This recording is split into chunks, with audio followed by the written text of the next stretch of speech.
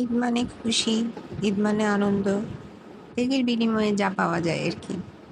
যাই হোক, আসসালামু আলাইকুম। কেমন আছেন সবাই? আশা করি সবাই অনেক ভালো আছেন। তো আপনাদের ঈদ কেমন কাটলো?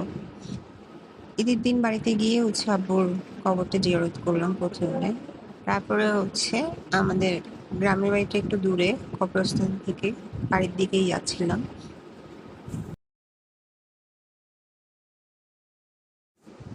এটা আমাদের গ্রামের বাড়ি। কেউই থাকে না যেহেতু, সেজন্য গ্রামের বাড়ি খুবই মানে আবর্জনায় ভরপুর হয়ে গেছে, পাখি পড়ে। কিছুদিন পরে আমার শাশুড়ি আর আমার দাদিমা আসবে, এসে বাড়িতে থাকবে কিছুদিন, তখন পরিষ্কার পরিচ্ছন্ন করবে। কিছুক্ষণ পরে আবার একটু হাঁটাহাঁটি করলাম কাজিনের সাথে। কাজিন আবার ক্যামেরার সামনে আসে না, সেজন্য ওকে ক্যামেরার পিছনেই রাখলাম। তারপর গেলাম চাচুদের এখানে, যেখানে কোরবানি দেওয়া হয়েছে। আচ্ছা, চিত্র কি সুন্দর, ছাগল কেটে ফেলতেছে। আর গরুটা এখনো কাটা শেষ হয়নি।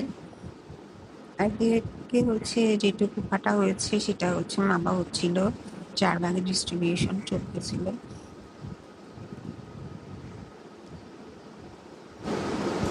মাপামাপি শেষে আমরা বাসার দিকে ফিরছিলাম। তো আমি ভাবলাম যে একটু ঢং করি, যেহেতু কেউই নেই, হাজব্যান্ডও দেশের বাইরে। হাজব্যান্ডের বলে কাজিনকে প্রক্সি দিলাম।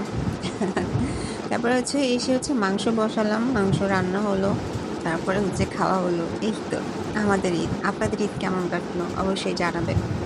সবাই ভালো থাকবেন আর আমার জন্য একটু দোয়া করবেন। আল্লাহ হাফিজ।